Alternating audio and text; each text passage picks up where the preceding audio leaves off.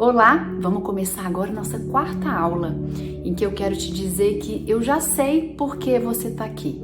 E esse é o momento em que a gente vai começar a olhar e cuidar do que dói aí no seu coração. Porque eu sei que tem alguns lugares aí fundo em que algumas dores acontecem.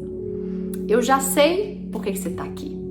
Provavelmente vivencia no seu cotidiano, no dia a dia aí com a sua criança, uma rotina turbulenta, né? Intensa, desafios na relação com a sua criança, desafio na relação com os outros que observam e falam com você sobre a sua criança. Eu sei porque eu também tenho meu filhote do movimento por aqui, né? Com quem eu venho aprendendo diariamente. E eu queria contar para você que teve uma noite que meu filho falou assim para mim: mamãe, eu quero falar com o Deus para desfazer a noite. E ele falou bem bravo isso. Eu olhei para ele, não, porque tava no escuro, a gente tava abraçadinho no escuro, assim, indo para dormir. E eu perguntei: por que, filho? Ele: porque eu não gosto de dormir.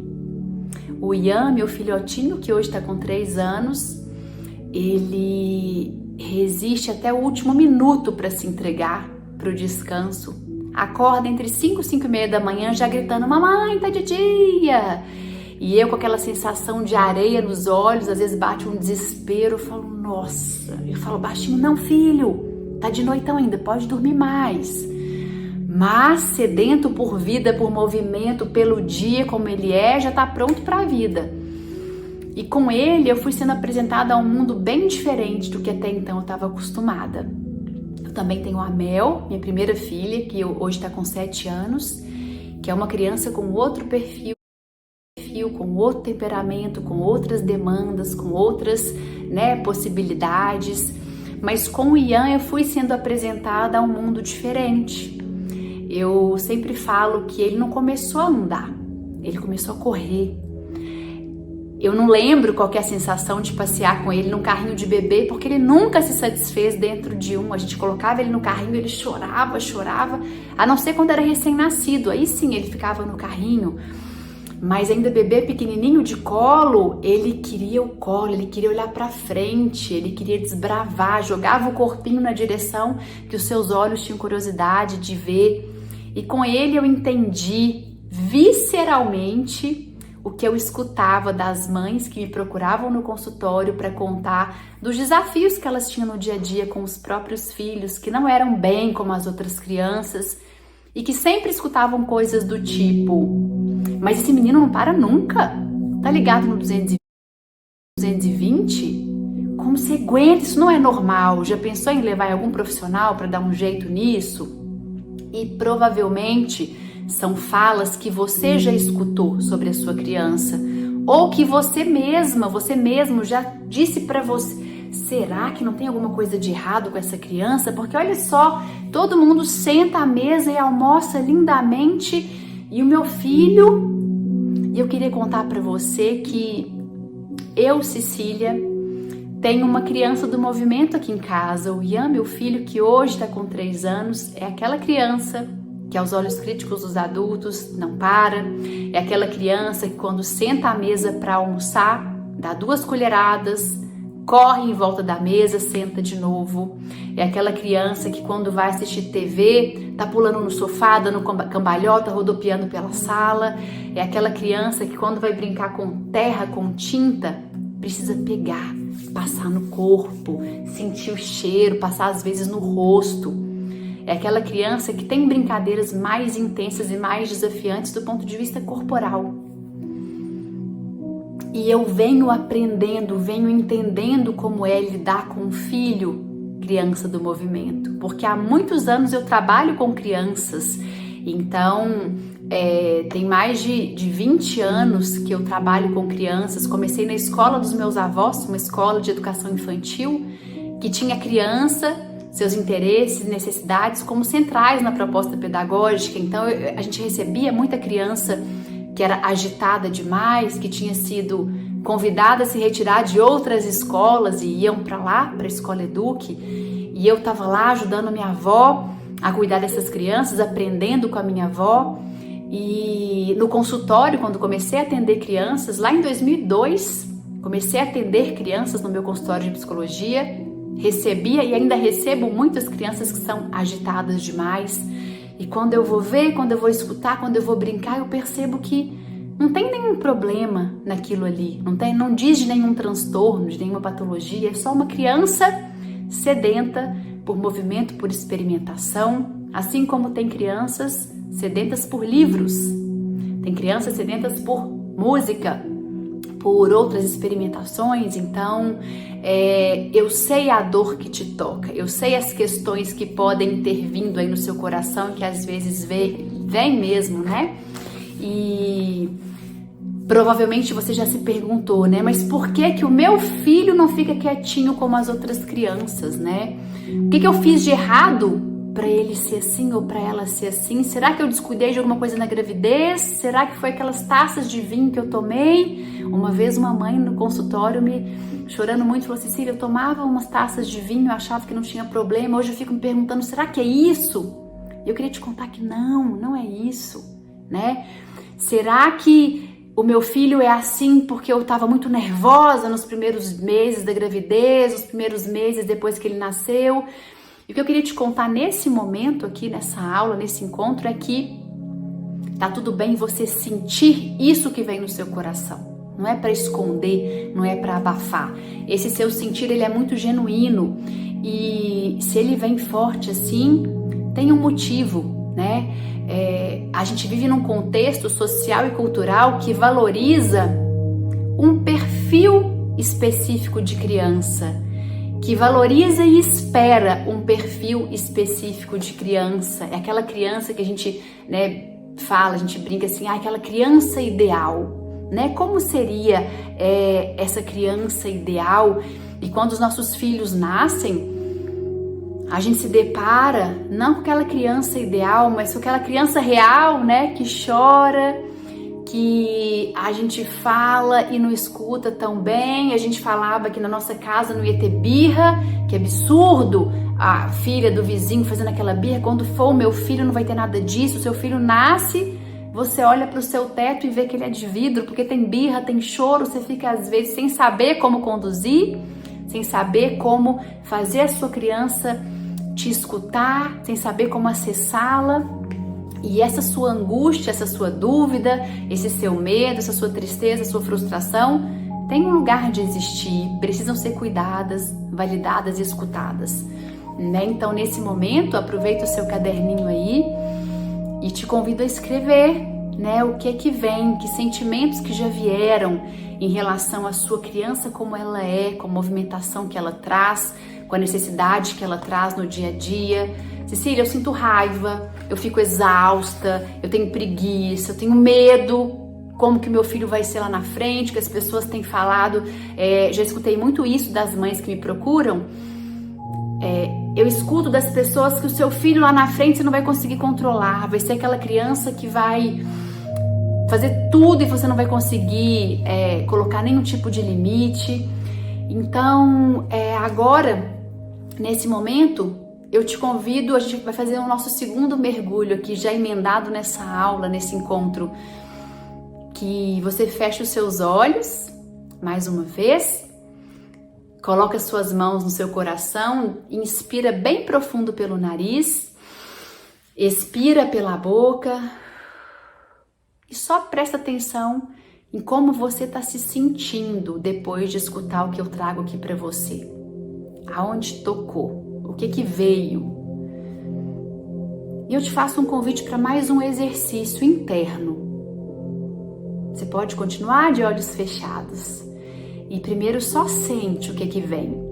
Eu queria que você descrevesse, primeiro internamente, depois que você colocasse no papel mesmo, como é a criança que você idealizou. Cecília, não idealizei nada, não idealizei, foi um susto minha gravidez, minha gestação, ou então não, foi desejada, mas eu não idealizei, eu me abri para o meu filho viesse do jeito que ele viesse.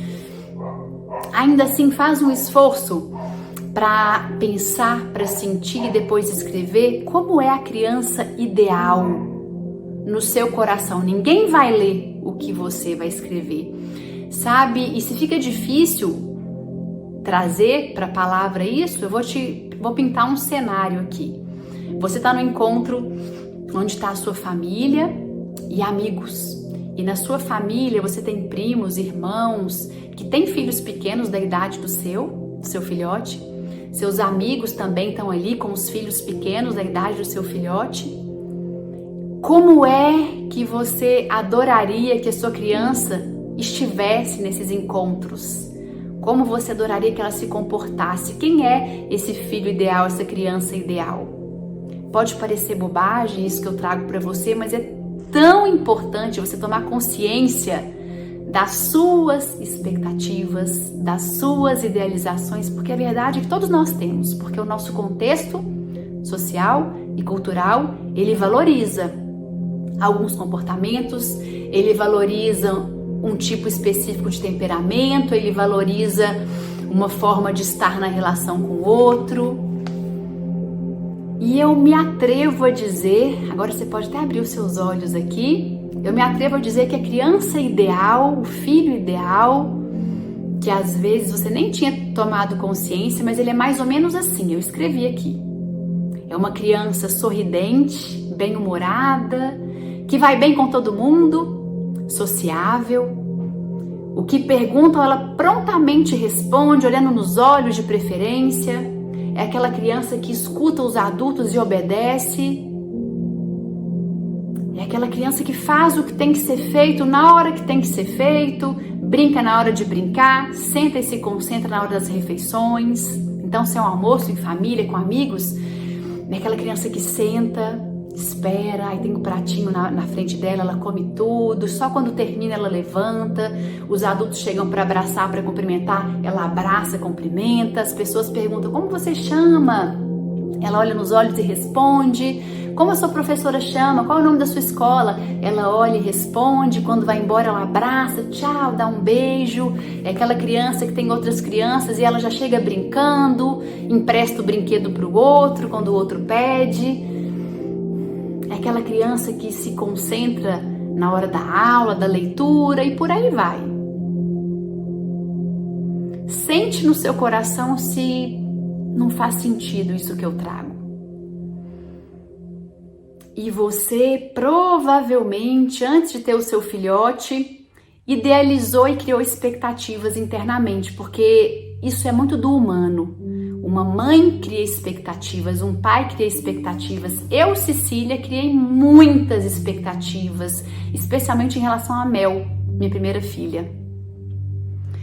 Como eu já era psicóloga infantil e familiar há 15 anos, quando ela nasceu, eu dava aula de desenvolvimento infantil, fazia estudos no doutorado sobre infância, sobre crianças, eu idealizei uma filha. Minha gestação foi super saudável, foi uma gestação que eu fazia atividade física, eu meditava, fazia yoga.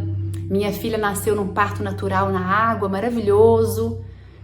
E quando ela nasceu, quando eu peguei ela nos braços, eu senti, né? Pronto. O meu bebê Buda acabou de nascer. E eu idealizei aquele bebê calminho, porque a minha gestação foi tão tranquila, o parto foi tão maravilhoso. Eu idealizei aquela bebê que dormia, mamava, chorava um pouquinho, dormia, mamava. Aquela bebê tranquila, aquela criança tranquila, e que ia crescendo, ia rindo para todo mundo, brincando com todo mundo. E a Mel veio para me ensinar muita coisa. Ela não foi o bebê Buda. Ela não foi a criança extrovertida que chegando com todo mundo, rindo, indo para todos os colos. Demandou de mim uma pausa. Opa, eu preciso parar e olhar para minha filha como ela é. Aí quando o Ian nasceu, meu segundo filho, eu já estava mais atenta às expectativas que eu criava. Então foi menos desafiante olhar para ele como ele é. E aqui nesse encontro, nessa nossa aula, eu te convido. Como é que você idealizou? Qual a expectativa que você criou e talvez nem tem consciência de que tenha criado essas expectativas?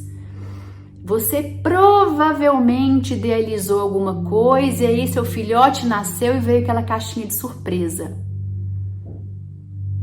E E aí você olha para sua criança hoje e ela não se encaixa naquilo que você idealizou, né? E aí vem aqueles palpiteiros de plantão. Nossa, mas ele é muito agitado, hein? Mas ele não para nunca. Isso não é normal. Ó, eu escutei falar que... Coloquei no Google lá, né? Criança muito agitada que não para quieto. Tem um nome para isso aí. Já pensou em levar num psicólogo, num neuro infantil? E aí pronto, né? Uma ansiedade começa a se instalar no nosso coração de mãe. Provavelmente se instalou no seu coração de mãe. E é importante você olhar para isso. Agora eu sugiro que você pare um pouquinho e invista uns minutinhos no seu caderno. Qual foi a criança que você idealizou? Eu sugiro que você faça no seu caderno assim uma linha no meio da folha. Criança que eu idealizei, às vezes você nem tem consciência que idealizou. Ou criança ideal, ou como que eu queria que meu filho fosse. Cecília, uma vez escutei de mamãe, eu queria que meu filho fosse quietinho. Eu queria tanto que ele fosse quieto. Aquela criança quietinha. Então escreve, eu queria que ele fosse quietinho. Que ele ficasse concentrado. E como você vê o seu filho hoje, com o seu olhar de hoje, faz esse quadro comparativo aí, vai ser bem importante para nossa caminhada aqui, tá bom? Olha para o filho idealizado, para a criança idealizada, e aí faz uma linha e escreve como é o seu filhote hoje, quais comportamentos ele apresenta hoje que são diferentes daqueles que você idealizou aí no seu coração. Isso vai ser bem importante para nossa caminhada aqui, tá bom?